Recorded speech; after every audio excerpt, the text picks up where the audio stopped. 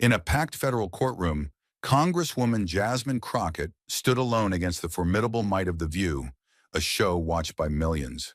Sued for public defamation and televised retaliation, the program had crossed a line, and Jasmine was determined to draw it back. Armed with damning evidence, she didn't just challenge a narrative, she confronted a media empire. As the trial unfolded, the courtroom became a battleground where reputations were on trial and the very meaning of accountability was re-examined. The tension was palpable, the stakes unprecedented, and as the jury delivered its verdict, the world held its breath. And now, with the nation watching, only one question remains. What sentence will history deliver to The View? Stay with us. This is a story worth every second of your time. It began like a controlled detonation, silent at first, but lethal by design. Just after dawn on a Monday morning, Jasmine Crockett's legal team strode into the federal courthouse in Washington, D.C., armed not with cameras or headlines, but with something far more dangerous, a second lawsuit, this time sharpened to cut through media armor. The papers were thick, 127 pages of meticulously compiled evidence, time-stamped clips, internal memos, and damning off-air audio recordings. Filed with the precision of a scalpel and the force of a wrecking ball, the suit alleged retaliatory defamation, willful malice, and continued misconduct by The View's hosts, all while under active litigation. Within 2 hours of the filing, leaks began flooding through the industry like a cracked dam, one outlet calling it the most explosive lawsuit filed against a media giant in over a decade. By midday, ABC's top floor was in lockdown. Boardroom lights burned long past business hours as executives scrambled to contain what one insider bluntly described as a corporate hemorrhage. Jasmine's second strike wasn't just a legal move. It was a calculated assault on arrogance, and the shockwaves were immediate. Phone lines jammed. Sponsors, some of them worth 7 figures, pulled out with surgical speed, citing risk exposure and reputation misalignment. The mood at The View's studio turned funereal. Joy Behar reportedly stormed off set during a rehearsal, shouting that they let this girl weaponize the courts. Sunny Hostin, normally calm and polished, was seen pacing the hallways, frantically texting legal counsel. Whoopi Goldberg said nothing, not on air, not off, just silence, the kind that screams louder than any denial. Emergency meetings were called every 3 hours. The network's crisis protocol folder, something rarely touched, was now dog-eared and coffee-stained from overuse. And still, Jasmine Crockett said nothing. Not a tweet, not a quote, no interview, only the lawsuit and the deadly calm of a woman who knew this time she wasn't just responding, she was retaliating with the weight of truth, and the law was on her side. And just when the smart move was silence, when the world was watching, when lawyers had issued internal memos begging for discretion, when advertisers were already slipping out the back door, The View made a catastrophic choice. They spoke, loudly, publicly, and with the kind of smug defiance that only comes from years of unchallenged power. The cameras rolled, the lights flared, and inside that glowing studio, 3 women seated at the table leaned not into reflection, but into fire. Joy Behar, eyes sharp with sarcasm, sat forward like a boxer before the bell and threw the first blow without blinking. She's just the mouthpiece of the radical left, a walking headline with no real depth. The words sliced across the air, and the audience, programmed for laughter, obliged. But this time, the laughter didn't land like humor. It landed like complicity. You could almost hear the collective gasp that never made it to air, the discomfort curling at the edges of the room like smoke no one wanted to acknowledge. Then came Sunny Hostin, her voice cooler but no less deliberate. She didn't just critique Jasmine Crockett, she stripped her of legitimacy. "This lawsuit," she said, gesturing dismissively, "it's not justice, it's a publicity tactic, another stage performance from the progressive media machine." The phrase was elegant in tone, venomous in meaning. Her words painted Jasmine not as a woman standing against a machine, but as the puppet of one, undermining the entire premise of the lawsuit with a single sentence. But it wasn't over. The final cut came from Whoopi Goldberg, who had been silent until then, fidgeting with her glasses. And then, without a trace of irony, she delivered what would become the most damning line of all. Let's be honest. She should be grateful we gave her a seat at this table. Otherwise, no one would even know who she is. Those words did not echo. They detonated. Not just in the studio, but across the legal battlefield Jasmine was quietly preparing. The arrogance was breathtaking. These were not offhand remarks. These were intentional provocations made on national television by individuals fully aware they were under legal scrutiny. It was not a misstep. It was a declaration of disdain, a public mockery of the very foundation of Jasmine's lawsuit. They weren't just daring her to respond, they were daring her to try and stop them. But what they didn't see, blinded by cameras, applause, and their own echo chamber, was that Jasmine Crockett had already stopped talking. She didn't need to clap back. She didn't need the last word. Because somewhere behind those courtroom doors, in silence and strategy, her evidence was being sharpened. And this time, it wasn't for attention. It was for blood. They thought it would disappear in the noise, that a few sarcastic comments, a smug laugh, and a little studio applause would fade away by nightfall. But Jasmine Crockett wasn't chasing attention. She was chasing accountability. And while the audience at home laughed, her legal team was already moving.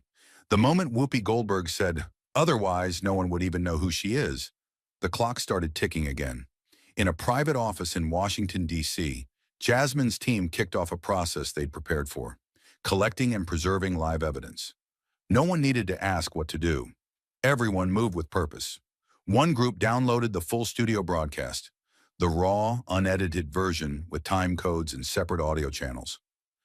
Another group began comparing the new footage to the original lawsuit. They were looking for one thing, proof that The View had not only ignored the lawsuit, but doubled down on attacking Jasmine. The audio was analyzed in extreme detail. Technicians listened carefully to background voices, laughter, even the tone in which each word was delivered. At the same time, the team compared those statements to emails ABC had already handed over during the first round of legal discovery. That's when they found it. An email from ABC's legal department warning the show's producers and hosts not to mention Jasmine Crockett or the case on air. That message was sent 2 days before the episode aired. It had been read, it had been acknowledged, and it had been ignored. That discovery changed everything. Why? Because in the eyes of the law, it's one thing to make a mistake. It's another thing entirely to know you're under legal scrutiny and keep attacking someone anyway. Jasmine's lawyers immediately began writing a new section of the lawsuit. This wasn't just about defamation anymore. It was now about retaliation, the deliberate targeting of someone already taking legal action with full awareness and intent. The team created a detailed chart. One column for each comment made by the hosts, one for the legal violation it represented, and another for similar past cases that set precedent. This wasn't opinion. This was strategy. Each line of dialogue from the show was being turned into a building block of a much bigger legal case. Joy Bihar's comment, calling Jasmine a mouthpiece for the radical left, was no longer just rude. It was now classified as an attempt to destroy reputation during litigation. Sonny Hostin's jab about the lawsuit being a publicity stunt was recorded as intentional undermining of legal credibility. And Whoopi's remark?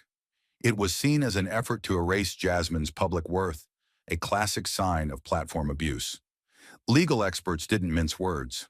One media law professor, after reviewing the full segment, called it a textbook case of what not to do when you're being sued. Now, Jasmine's team wasn't just fighting a talk show segment. They were building a case to prove that The View, and by extension, ABC, had used their platform to intimidate and humiliate a legal opponent. They weren't commenting on the news. They were trying to control it. Jasmine had come to court for protection. They met her with mockery.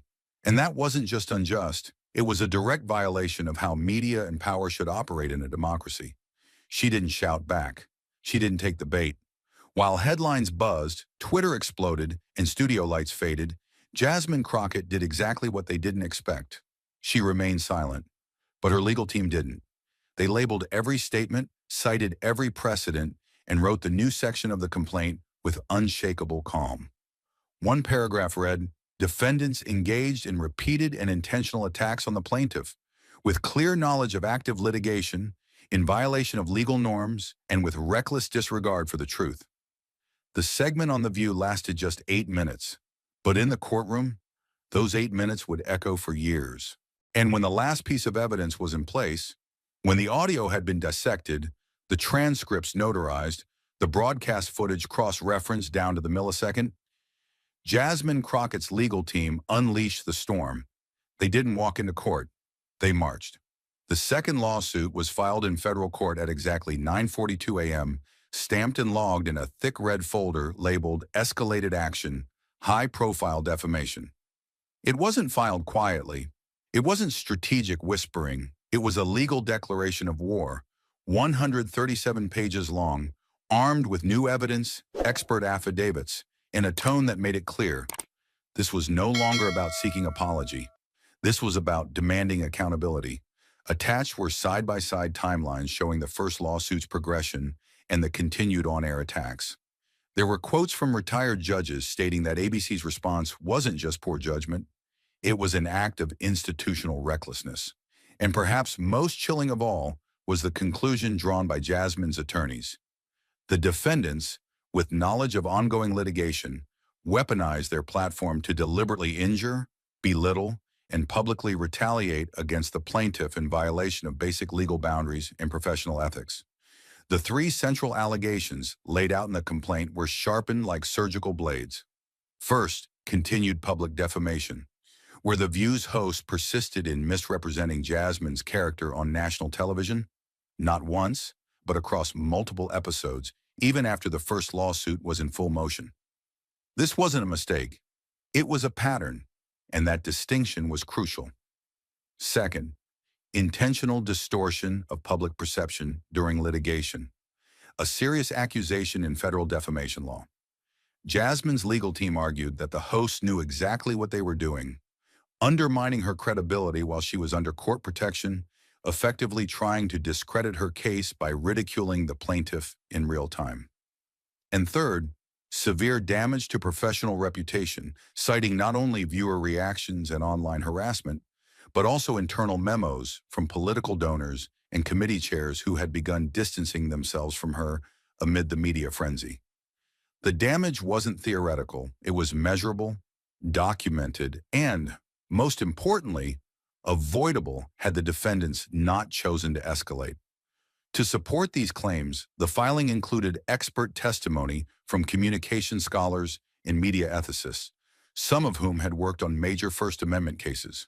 One scholar wrote, "The behavior of the defendants demonstrates a contempt for judicial process and a disturbing willingness to override ethical standards for the sake of performative outrage." A retired appellate judge submitted a sworn statement emphasizing how rare it was for a media defendant to so flagrantly disregard legal caution. But it was a quote from Professor Harold Vance, a senior faculty member in media law at Georgetown, that echoed most powerfully through legal circles. This isn't a legal defense, it's a collapse in judgment. At this point, the only question left is what Jasmine Crockett wants printed on the check. That quote made it into the national headlines within hours, and into the opening summary of the complaint itself. But beyond the paper, beneath the structure of clauses and citations, lay something deeper. Jasmine Crockett wasn't fighting for a retraction. She wasn't filing out of pettiness or ego. She was standing up to a media institution that had mocked her, minimized her, and dismissed her humanity on live television, all while she was exercising her right to legal recourse. This wasn't just about what was said. It was about how it was said, in unison, with laughter, with smugness, in front of a national audience trained to applaud. And when that kind of behavior comes from a platform with the reach of ABC, it doesn't just bruise reputations. It rewrites public perception. And that's what Jasmine was fighting to reclaim, not just her name, but the truth that name stood for. So the lawsuit didn't come as a whisper. It came as a reckoning, backed not by outrage, but by evidence. It didn't beg for fairness. It demanded justice. And by the time the complaint was delivered to ABC's general counsel, There was no denying what had just happened. The conversation had shifted. This was no longer a media feud. It was federal litigation at full velocity, with the potential not just to punish, but to set precedent. Certainly. Here's the rewritten version of the passage above with the same content, structure, and intensity, but in clearer, more accessible English, while keeping the cinematic drama and emotional depth fully intact. While Jasmine Crockett's second lawsuit was moving powerfully through federal court, packed with clear evidence and expert backing, something very different was happening inside ABC's headquarters. It was chaos, real, loud, and out of control. The moment the broadcast ended, the mood in the building shifted from nervous to explosive. In the control room, where producers usually worked in calm coordination, people were now yelling over each other in panic. One senior producer slammed a binder on the table so hard it cracked and shouted, "We warned them! That memo went out days ago! Why did they still go there?" No one answered, because everyone knew why. The host had ignored the legal warning and gone ahead anyway. Live on air, mocking Jasmine Crockett right in the middle of an active lawsuit. That warning memo, once private and confidential, was now spreading across the studio like wildfire. It had come from ABC's own legal department, marked urgent on-air risk. It clearly told the hosts of The View not to mention Jasmine Crockett at all, not her lawsuit, not her name, not even vague references. The memo even gave specific phrases to avoid. But instead of following it, the hosts had done the opposite. And now that document was leaked, shared in emails, whispered about in meetings, and shown around like a smoking gun. The problem wasn't just what they said, it was that they were told not to, and they did it anyway. That made it more than a mistake. That made it legally dangerous. Tension spread through the office like a virus. Associate producers, who usually cared about segment timing and lighting setups, were now quietly searching legal terms and asking, can we be held responsible for what they said? A floor manager, pale and shaking, was overheard saying, "This is no longer a media issue. This is real legal trouble." Senior staff locked themselves in meeting rooms. HR started getting emails from employees asking to review their contracts and severance packages. A junior team member was seen crying in the hallway after being told, "You'd better keep a record of everything. People will start looking for someone to blame." The next morning, the atmosphere on set was completely different. There was no laughter, no jokes in the dressing room, no small talk in the makeup chair. Just silence, cold, heavy, and full of fear. And through all of it, one name hung in the air like a shadow: Jasmine Crockett. She didn't say anything. She didn't post. She didn't even show up. But somehow her silence echoed through every hallway. They had tried to humiliate her on live television, and now she was the one in control. She had followed the law. She had stayed quiet. She had let the evidence speak for her. And now the ones who once mocked her were scrambling, unprotected and afraid. Upstairs in the boardrooms, ABC executives were holding emergency calls with lawyers across the country. Some were arguing, trying to save what was left. Others were already preparing for resignations. But the damage had already been done. The question wasn't, how do we fix this? It was, who takes the fall? And the worst part, they were warned. Jasmine didn't trap them. They walked into it themselves. And now the price was coming due. And as the atmosphere inside ABC shifted from panic to paralysis, the consequences of arrogance began cutting into the network's most vulnerable artery: money. Less than 24 hours after Jasmine Crockett's second lawsuit was filed in federal court, a chain reaction began, one not driven by opinion, but by numbers, contracts, and the cold logic of corporate self-preservation. The first warning sign came in the form of a terse email from a global automotive sponsor. Effective immediately, all ad placements related to The View are suspended. We do not align our brand with content currently involved in active defamation litigation. No phone call, no apology, just a clean, immediate break.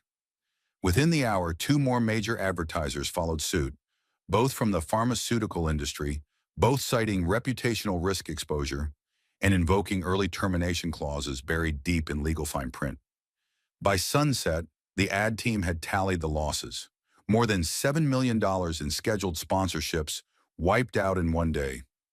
The kind of losses that don't just hurt profit margins. They draw boardroom blood. But it didn't stop there. The real devastation hit in what didn't happen. The silence from partners who had been weeks away from launching full-scale campaigns with the show. ABC's year-long strategic rebranding initiative for The View, a glossy multi-channel marketing push designed to frame the show as the last bastion of fearless daytime journalism, was officially frozen. A team of over 30 people, including media consultants, creative directors, and digital advertisers, were told to stop all outbound work. Design assets were pulled from cloud servers. Scheduled podcast crossovers were quietly canceled. A $1.2 million partnership with a major tech sponsor that was set to launch the following week vanished overnight after a closed-door legal review. The campaign had included billboards, targeted social media roles, branded interviews, and even a segment feature on Good Morning America. Now, none of it would see the light of day. Internally, the message was chilling in its precision. An email marked URGENT:"internal" only circulated among the marketing and legal departments. It read, "All active and planned marketing related to The View is suspended until a full legal risk assessment is completed. This includes paid media, earned media, and co-branded promotions. Do not engage with talent or partners regarding status." The freeze wasn't just financial, it was symbolic. It said in plain terms that ABC no longer trusted its own product enough to promote it. For Jasmine Crockett, this was never about destruction. It was about accountability. But the ripple effect of her legal stand had turned into a tidal wave that struck ABC at its core. Not because she shouted, not because she staged a press war, but because she had the truth and she had the proof. And they, so sure of their invincibility, had handed her both. Live on national television. In a matter of hours, The View transformed from a money-making machine to a legal liability no one wanted to touch. Not advertisers, not sponsors, not even internal executives. The network's most powerful voices were now radioactive, not for what they believed, but for what they ignored. And in the quiet that followed, the most expensive sound of all was the one they could no longer afford: denial. But financial collapse was only the beginning. The reckoning was still to come, and it would unfold not in boardrooms or behind studio walls, but in a federal courtroom where cameras were barred, but history was watching. In that room, spin would be meaningless. In that room, power would not speak louder than truth. It would be tested by it. After weeks of tense standoffs, secret negotiations, and failed settlements, the case of Crockett versus American Broadcasting Companies, Inc. was officially called to trial. By dawn, the courthouse was surrounded. Reporters jostled for space outside security barricades. Legal analysts camped in folding chairs. Camera crews fed live updates to every major news network in the country. The crowd wasn't just large, it was electric. Hundreds stood in line for a seat inside, knowing they wouldn't just be watching a trial, they would be witnessing a moment of reckoning in American media history.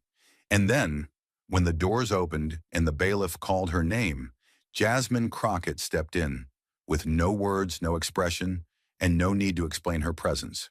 She wore a plain navy suit, no stylist, no press agent, just her legal team, walking beside her with locked jaws and a black-wheeled case so tightly sealed it might as well have held state secrets. Within ABC's own legal files, it had already earned a name whispered with dread: the kill file.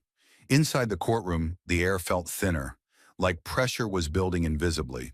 The judge's gavel had barely dropped when Jasmine's lead attorney, a former federal prosecutor known for his restraint and ruthlessness, stepped forward and cued the first exhibit. The screens flared to life. The silence broke. And what followed was a precise, devastating unraveling of a media machine that thought it was untouchable. First came the raw video, crisp, slow-motion playback of the show's most explosive moments. Joy Behar scoffing as she called Jasmine a radical puppet, Sunny Hostin smirking as she dismissed the lawsuit as a PR stunt, and Whoopi Goldberg leaning forward, adjusting her glasses, and delivering the infamous line, "She should be lucky we ever put her on." The clips weren't shown for shock value. They were synchronized with timestamps, legal filings, and network production notes. Everything was documented, verified, weaponized. Then came the real crack in the armor. A projected internal ABC memo marked strictly confidential and dated 2 weeks before the episode aired. In plain language, it read, "Hosts are advised to avoid any mention of Representative Jasmine Crockett or related legal actions until reviewed by counsel.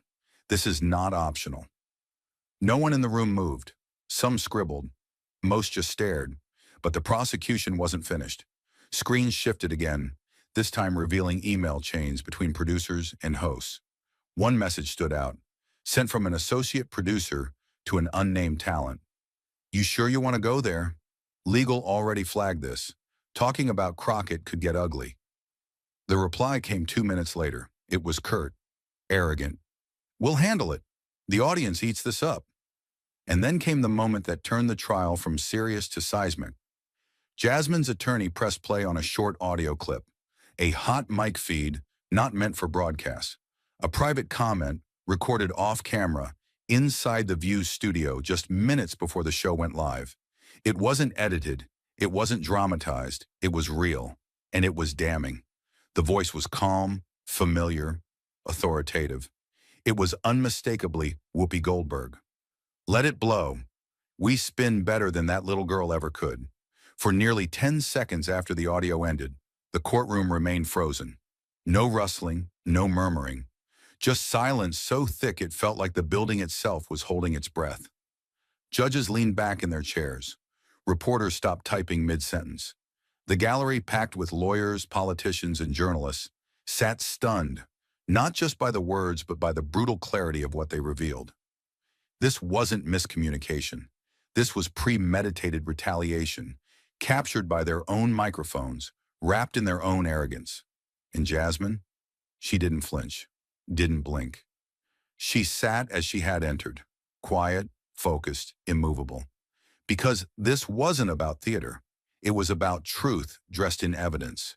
And now that truth had been unleashed in full view of the court, what had once been dismissed as a political stunt was now unfolding as a structured, deliberate assault on a woman who dared to hold power accountable, not just in her words, but in her silence. And as the weight of Jasmine Crockett's evidence settled over the courtroom like a loaded sky, the defense finally made their move, not with denial, but with misdirection. ABC's legal counsel stood, straightening his jacket like a man preparing for a stage, and delivered the argument they had been rehearsing for weeks. Calm, polished, persuasive, he tried to reframe the entire case as a misunderstanding of intent. "This show," he began, voice steady and practiced, "is entertainment. Its very purpose is to provoke dialogue, to challenge, to satirize. The View is not a courtroom. It is not a political weapon. It's a panel of opinionated voices doing what they've always done, engaging in cultural commentary." Then he pivoted toward Jasmine Crockett without ever saying her name directly. "Yes, the plaintiff is a public figure, and with that role comes responsibility, comes scrutiny, comes criticism, sometimes harsh, but that is the price of visibility in a democracy. The First Amendment protects exactly this kind of speech." There was a stillness in the room, not from agreement, but from discomfort. The argument wasn't new. It was the same shield powerful media entities had used for decades. We weren't attacking, we were entertaining. But this time, it didn't land clean. Jasmine's attorney stepped forward, not with fire, but with force. His rebuttal began not with outrage, but with law. "We are not here to debate the value of free speech," he said. "We are here because my client was deliberately ridiculed by a media institution that knew it was under legal scrutiny, that received internal warnings to stop, and still chose to escalate. That's not protected speech. That's premeditated retaliation." Then he opened a leather-bound folder and began reading case law. New York Times Covey Sullivan, Hustler Magazine versus Falwell, Gertz v. Welch. One by one, he traced the line where opinion ends and defamation begins. The moment your words are framed as truth, the moment you knowingly lie, the moment you seek to destroy someone's public trust, not by disagreement, but by humiliation, you've crossed into illegality. The defense tried to shift again, insisting the statements were jokes, that no serious viewer would take them as literal. But Jasmine's team countered with viewer analytics, polling data, and real-world impact. They showed how online harassment against her spiked after each broadcast, how misinformation spread from that very episode had been quoted in political forums and blogs. These weren't just jokes, her lawyer continued. They were signals. They were instructions. And they were delivered by voices that carry institutional weight. But it was what came next that pierced the room like ice. The prosecution called to the stand Dr. Marshall Klein, one of the most respected media ethics scholars in the country. He didn't raise his voice. He didn't need to. His words cut because they were quiet, measured, undeniable. I've consulted on over 40 cases of media ethics disputes, Dr. Klein began, looking directly at the jury. And in those, I've seen arrogance. I've seen carelessness. But rarely have I seen this level of institutional defiance. A network informed of legal risk, explicitly warned, and yet choosing to proceed, not despite those warnings, but because of them. He paused, then delivered the blow. If The View is not held accountable here, then we are not just failing Jasmine Crockett. We are telling every network in America that the law is a suggestion, not a boundary, that humiliation is entertainment, that bullying becomes comedy if filmed in front of a studio audience. The room fell silent again, not because it was dramatic, but because it was true. The defense's argument, once so confident, now sounded like a leftover excuse from another era. Jasmine Crockett had not sued over discomfort. She had sued over deliberate harm, inflicted by people who knew better and who chose to act anyway. And now, for the first time in the trial, it was no longer just a legal battle. It was a moral line, and the court had to decide which side it stood on. And after 48 hours of unrelenting courtroom intensity, hours filled with piercing testimony, irrefutable evidence, and the unraveling of media arrogance disguised as satire, the jury vanished into deliberation, and the world held its breath. They had seen everything. The high-definition playback of mockery, the internal memos ignored, the hot mic recording that left no doubt about intent. For 2 full days, the courtroom had been a battlefield of truth and evasion. But when the door closed behind the 12 jurors, their decision came not with hesitation, but with clarity. Just 3 hours later, they returned. Not a single juror looked confused. Their expressions were calm, resolute. The room braced as the judge re-entered, his robe whispering over marble floors, his face composed but heavy with finality.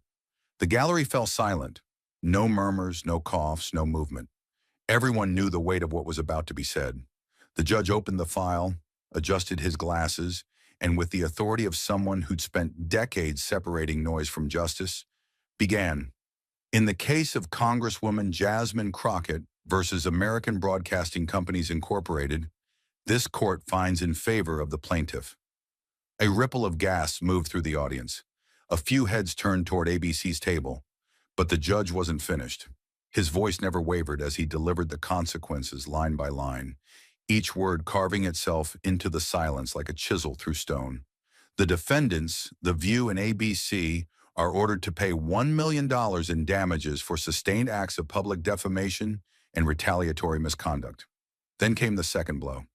ABC shall deliver a formal televised apology to air during national prime time within 72 hours, using language approved by the court. And then, the verdict that no one in the studio had believed possible.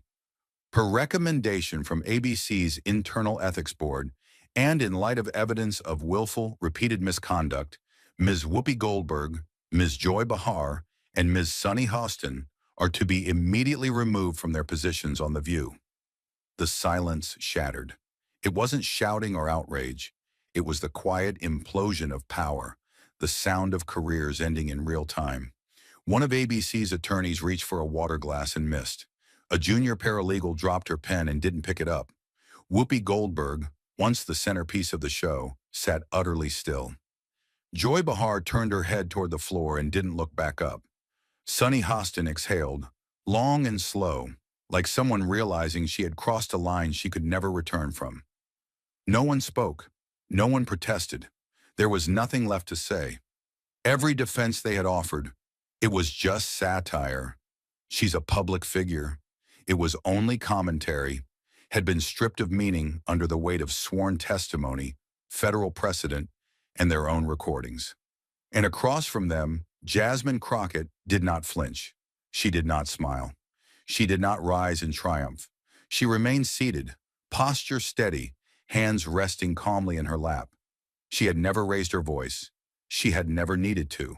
Because while the world underestimated her resolve, while seasoned media veterans tried to make her a punchline, she built her case like a fortress, brick by brick, fact by fact, until the truth stood taller than all of them. And now the verdict was not just a legal victory, it was a reckoning, a declaration that in a world so eager to weaponize words, truth still has a cost, and sometimes it gets paid in full. And as the final ruling echoed through the marble walls of the courthouse, the aftermath didn't roll in quietly, it erupted. What had begun as a courtroom drama became an international media phenomenon within hours. Newsrooms scrambled, headlines lit up, phones rang non-stop in editorial departments across every major network. Jasmine Crockett's name wasn't just trending, it was dominating every platform, every hour, every demographic. The Wall Street Journal ran a full-page feature above the fold with a headline that needed no decoration: Jasmine Crockett, the woman who brought a media empire to its knees. Cable news anchors who once dismissed the case as another flashpoint in America's outrage cycle were now reading prepared statements with visible astonishment. MSNBC, CNN, Fox News, each with their own political angle, each forced to confront the same undeniable fact: Jasmine Crockett had won, decisively, legally, and symbolically. Within 12 hours, ABC's court-mandated apology aired nationwide. It was stark, no graphics, no music, just a cold, static camera on a senior executive reading from a legal script approved by the judge. We at ABC and The View apologize unreservedly to Congresswoman Jasmine Crockett for statements made that did not meet the standards of integrity, respect, or truth. That 60-second broadcast, aired simultaneously across ABC's primetime slots, was clipped, reposted, and dissected in real time. Within 12 hours, the video had over 30 million views across YouTube, TikTok, and Instagram. Reactions ranged from stunned silence to standing ovations. On Twitter, one user wrote, "That wasn't an apology. That was a corporate surrender under court order." The internet, for once, was united, not by outrage, but by awe. Social media became a living monument to the trial. On TikTok, creators stitched together courtroom footage with clips from The View, drawing brutal side-by-side comparisons. A viral edit showed Jasmine sitting silently as Whoopi delivered the infamous "she should be grateful" line, then cut straight to the moment the judge announced her termination. Twitter users resurrected the hashtag Crockett Strikes Back, but this time it wasn't a protest, it was a celebration. Political commentators from both sides of the aisle weighed in, not just on the legal implications, but the cultural impact. One thread, retweeted over 90,000 times, read, "This wasn't a lawsuit. This was a mirror held to an industry that forgot truth has limits. She didn't yell. She didn't crack. She just documented and delivered." Jasmine Crockett, once mocked as just another politician chasing the spotlight, had become something entirely different, a symbol of restraint, weaponized by precision. In the days that followed, praise poured in from unexpected corners. Constitutional law scholars hailed the trial as a landmark. Journalists who had built careers inside the very media circles Jasmine challenged were now forced to reckon with the case as precedent. One Pulitzer-winning editor wrote in The Atlantic, "This was a siren in the dark, a warning shot to every talk show, podcast, and pundit panel that thought legal risk could be laughed away." Entertainment law firms issued memos to their clients. Training sessions were restructured. Suddenly, defamation under active litigation became a phrase discussed seriously in corporate boardrooms, not just legal textbooks.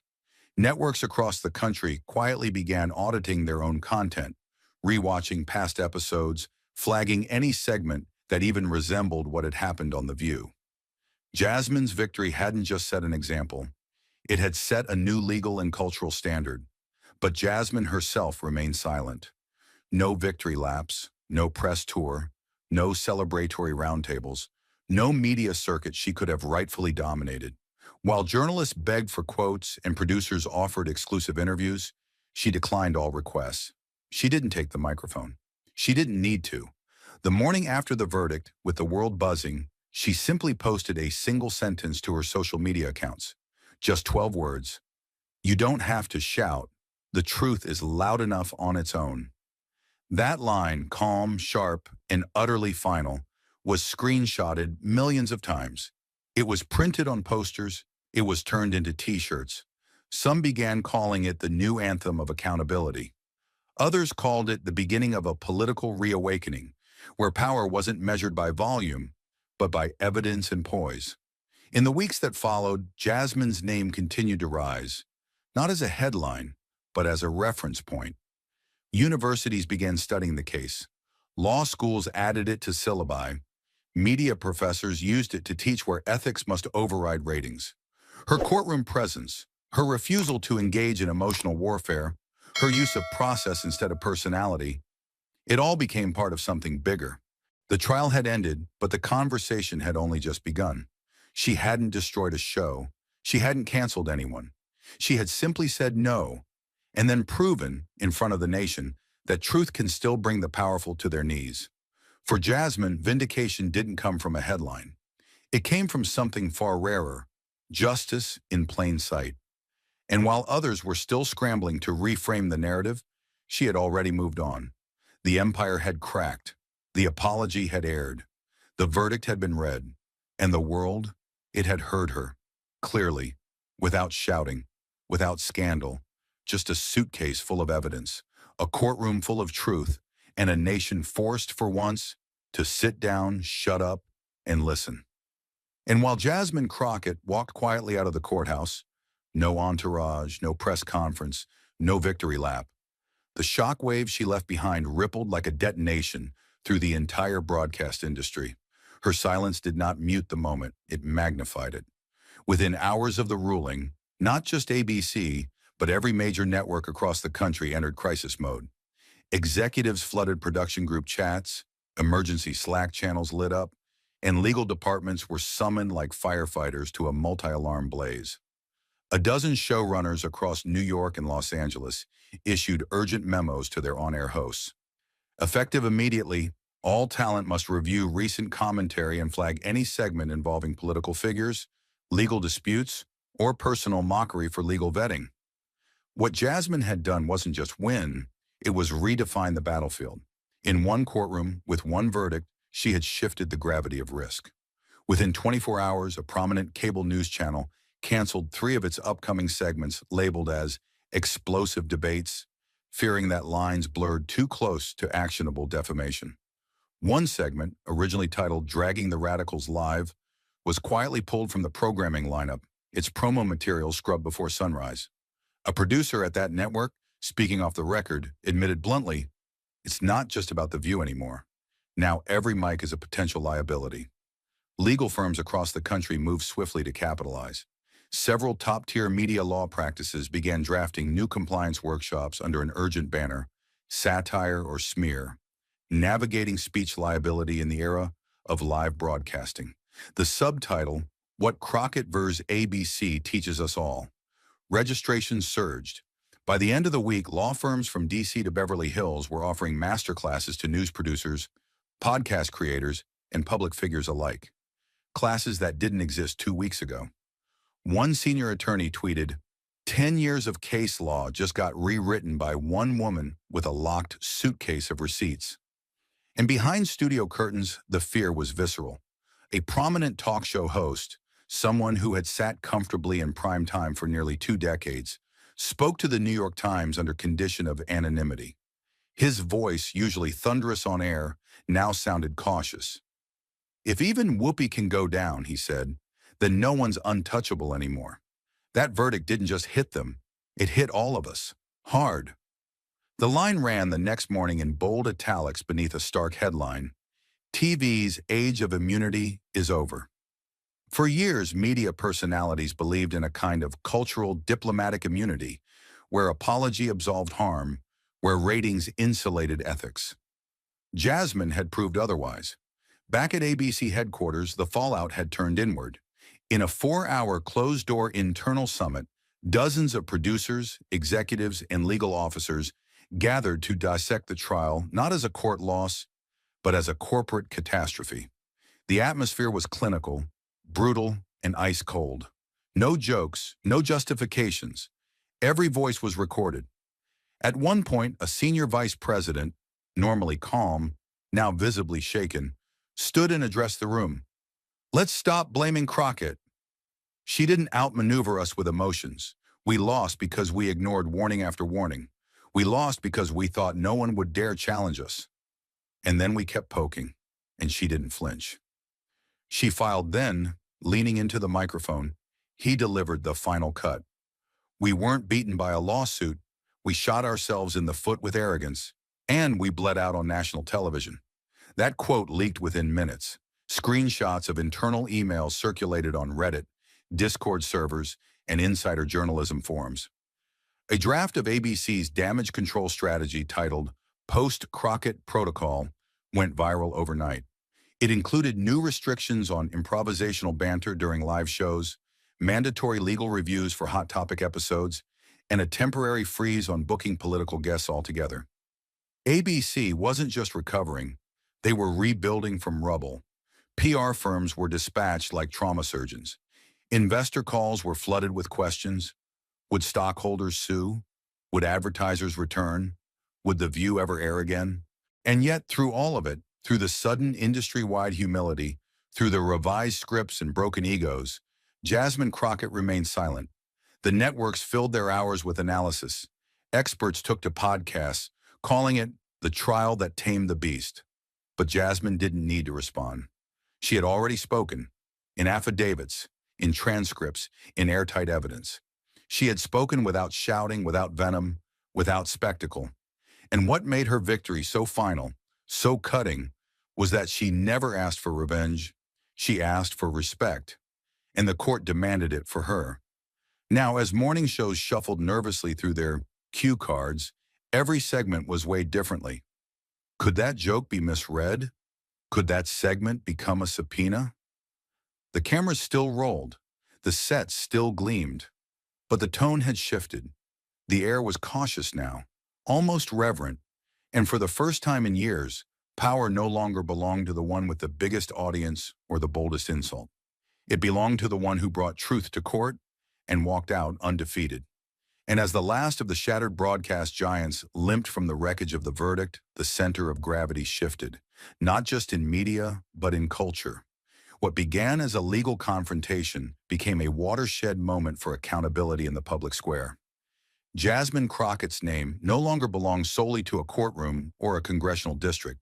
It became a fixture in the American lexicon, a shorthand for principled resistance, for calm under fire, for fighting back not with fury, but with fact. In the weeks that followed, she wasn't just cited. She was studied, invoked, and ultimately elevated. Every major law school in the country scrambled to update its fall curriculum. Georgetown, Columbia, Stanford, each announced a dedicated seminar on Crockett vs. ABC before the ink on the verdict had even dried. Invitations poured in. She was asked to keynote at legal ethics symposiums, to testify before Senate committees on speech and liability, to appear on panel after panel dissecting her case as a landmark in First Amendment boundaries. And while she accepted a few carefully chosen forms rooted in jurisprudence and public integrity, she turned down every entertainment invitation without hesitation. No late-night interviews, no book deals, no Netflix dramatizations. Jasmine's silence wasn't retreat, it was strategy, and it only made her victory echo louder. Time magazine didn't ask for a quote. They didn't need one. Instead, they published a stark, defiant cover. Black background, white serif text, and her face. Expressionless, steady, lit from one side like a courtroom statue. The headline read, "The Quiet Fire, Jasmine Crockett and the Day TV Learned Fear." The feature inside was not breathless hero worship. It was an autopsy of an industry, dissecting how arrogance, negligence, and hubris fell to patience, discipline, and documentation. The article's final paragraph read like a judgment carved into marble. In an era defined by outrage, she chose restraint. In a medium ruled by spectacle, she chose truth. And in a world that expected her to scream, Jasmine Crockett simply built her case and watched the empire collapse under its own weight. But the reverberations reached far beyond magazine pages and lecture halls. In Washington, Capitol Hill took note. The House Judiciary Subcommittee on the Constitution announced an emergency hearing on media accountability, citing the Crockett case as a national teaching moment. A bipartisan coalition, something almost extinct in modern politics, called for new legislative reviews into the boundaries of defamation, retaliation, and ethical responsibility for televised commentary. During the opening session, Jasmine's trial footage was played in part as a cautionary tale, in part as legal precedent. One congressman, usually hostile to progressive causes, paused midway through his questioning to admit, "Whether you agree with her politics or not, what Crockett just did changed the rules." Period. On social media, the symbol of Jasmine transformed. Artists painted murals in D.C., Chicago, and Oakland, depicting her not with a megaphone, but with a briefcase and courtroom transcript in hand. Memes turned her into a folk legend, the attorney who never shouted, never folded, and never missed. Protesters outside media headquarters in Los Angeles began carrying signs that read, "Bring facts like Crockett," and "Not every war needs a shout." Journalists in training began referring to poorly sourced segments as Crockett bait, a quiet industry term meaning, "You'd better hope she doesn't see this." And still, Jasmine said almost nothing. She issued no manifesto. She published no open letter. But behind the silence was a growing impact that no microphone could manufacture. At Harvard Law School, Professor Marian Lasker, a legal scholar with 3 decades of Supreme Court analysis under her belt, was asked during a televised forum, "What made Jasmine Crockett different?" She didn't hesitate. She didn't win with emotion. She won with disciplined patience. The very thing television was never prepared to confront. Crockett weaponized credibility, and it terrified them. The clip went viral overnight. Meanwhile, media corporations rewrote their training materials. Major talk shows instituted 5-second delays on live tapings. Legal consultants were embedded into production rooms. It became normal to hear producers say things like, "Run it through a Crockett screen," before greenlighting any political content. ABC, still reeling from internal hemorrhaging, quietly settled 3 other lawsuits that had been looming in the shadows, eager to avoid any more public courtroom disasters. Crockett had become the new threshold. If your segment couldn't survive her standard, it didn't air. And yet, for all the frenzy, for all the national retooling and institutional repentance, Jasmine remained unfazed. In an age where victory is often accompanied by spectacle, balloons, book launches, triumphant soundbites, she refused to let the world repackage her into clickbait. Her most public post-verdict moment was an unannounced visit to a community legal aid center in Baltimore, where she delivered boxes of courtroom resources, annotated transcripts, and legal templates for underserved clients. No press, no camera crew, just an aide, 2 paralegals, and a stack of justice hard-earned. And that, more than any magazine cover, any viral quote, any panel discussion, is what cemented her place in history. Jasmine Crockett didn't just win a lawsuit. She rewrote the rules of public confrontation. She proved that truth, when armed with discipline and backed by law, is not just powerful, it's indestructible.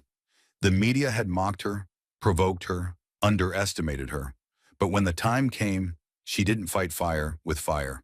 She fought with paper, tape, transcripts, timelines, and the quiet confidence of someone who never doubted what was right. Now every newsroom has a new baseline. Every anchor has a new caution. Every executive has a new fear.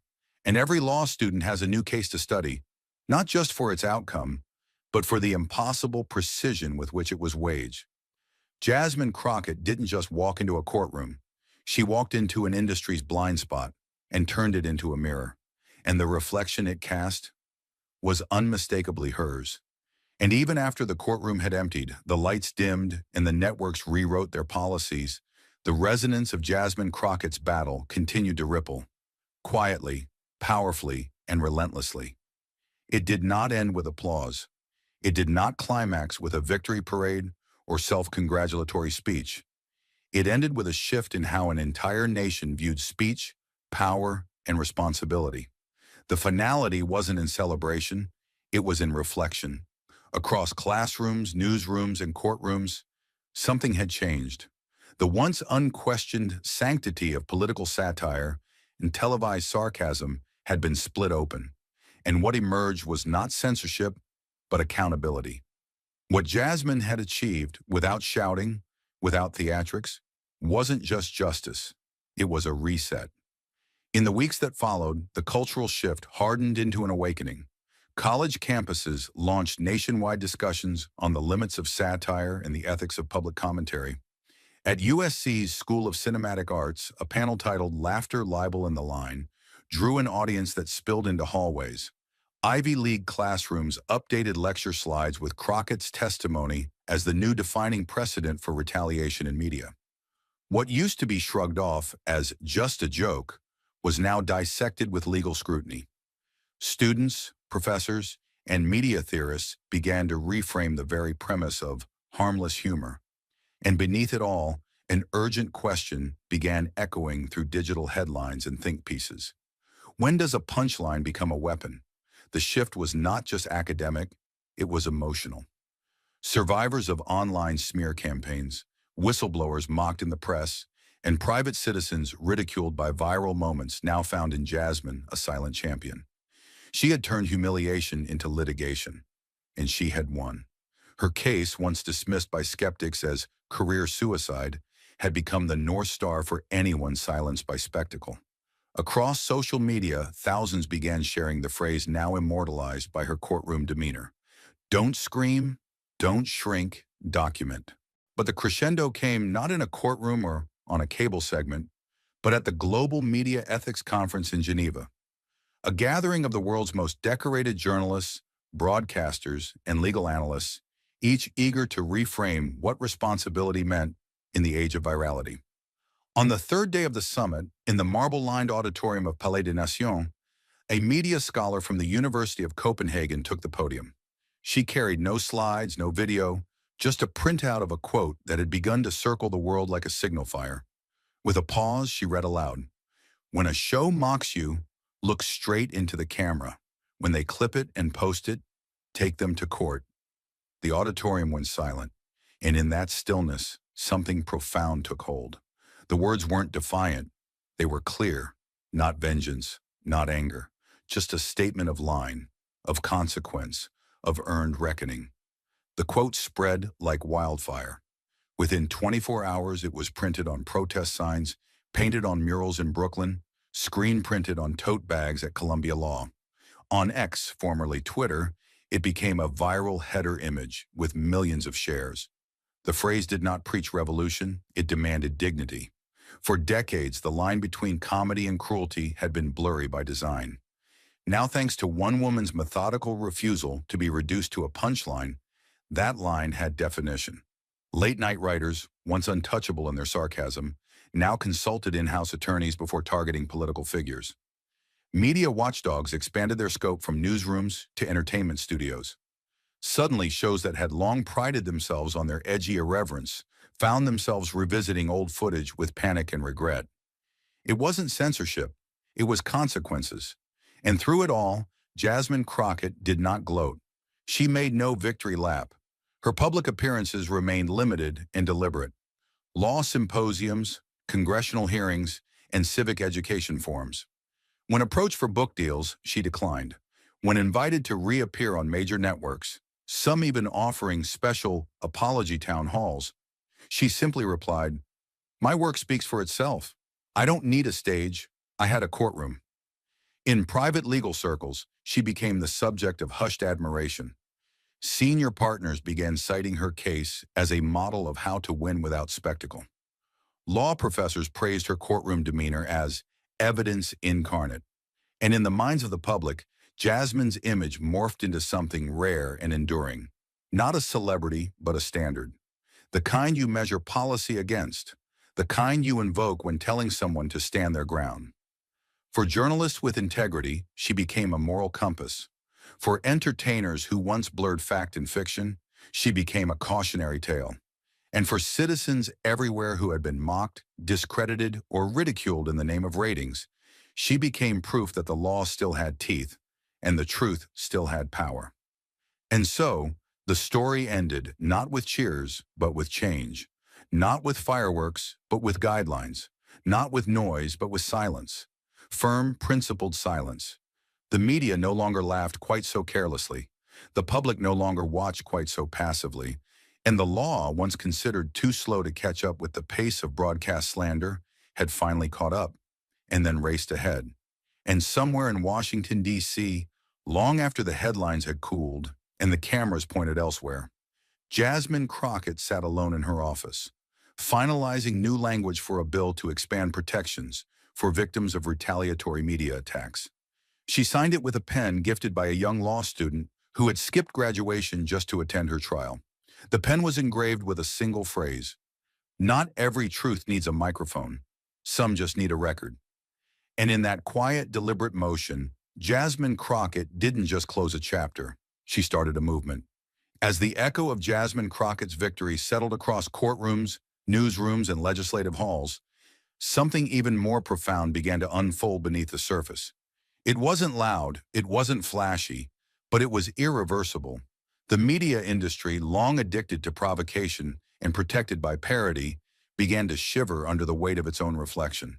The networks that once turned conflict into currency now found themselves re-examining every segment, every monologue, every supposed zinger. The lawsuits weren't flying yet, but the fear was real. In writers' rooms from Manhattan to Hollywood, producers scribbled furiously on whiteboards under new mandates: fact-check jokes, tone down sarcasm, run legal review first. It was no longer enough to be clever. Now they had to be correct. What Jasmine sparked wasn't a crackdown. It was a recalibration. Showrunners held emergency summits on defamation risk mitigation, a phrase that had once been relegated to the bottom of email chains.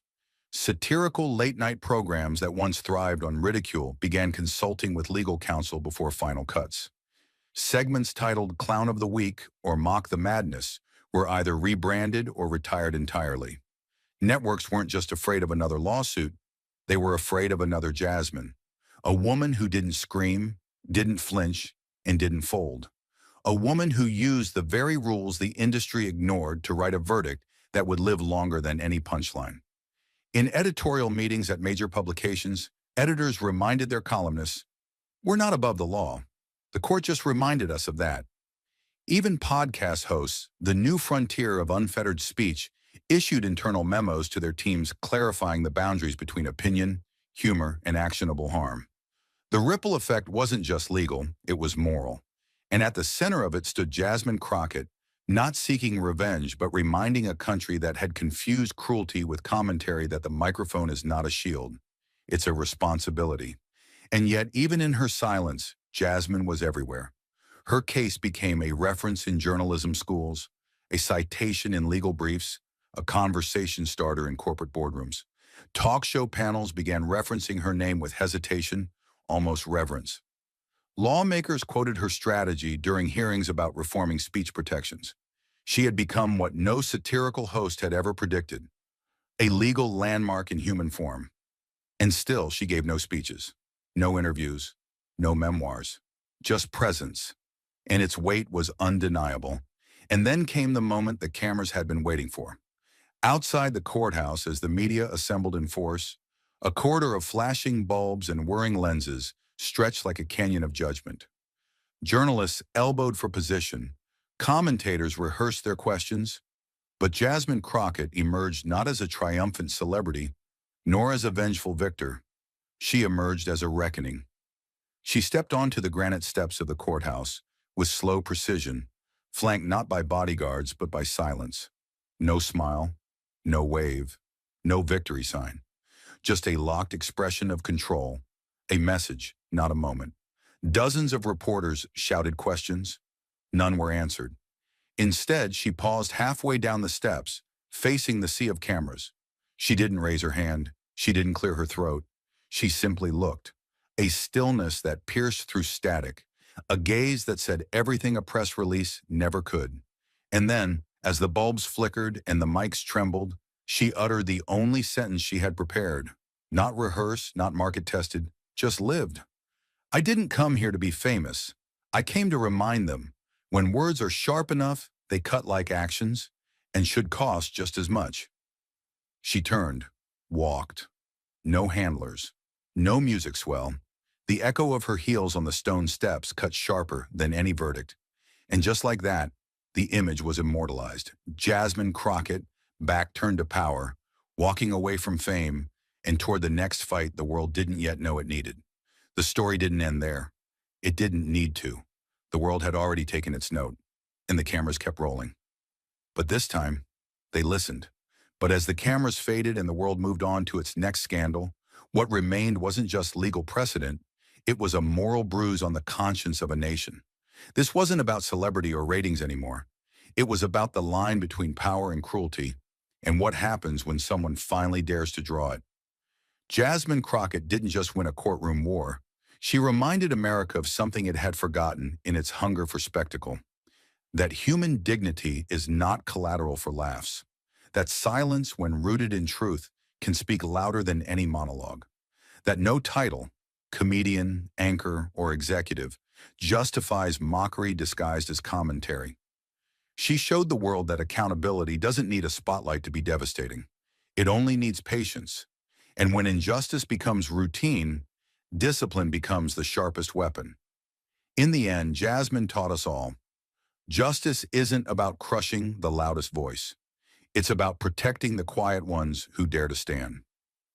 Thank you for watching until this moment and for standing with us on this journey for justice. Your support means everything. Like, subscribe, and turn on notifications so you never miss what's next. And we'd love to hear your thoughts. Leave a comment below and let us know what moved you most in this story. Together, our voices make a difference.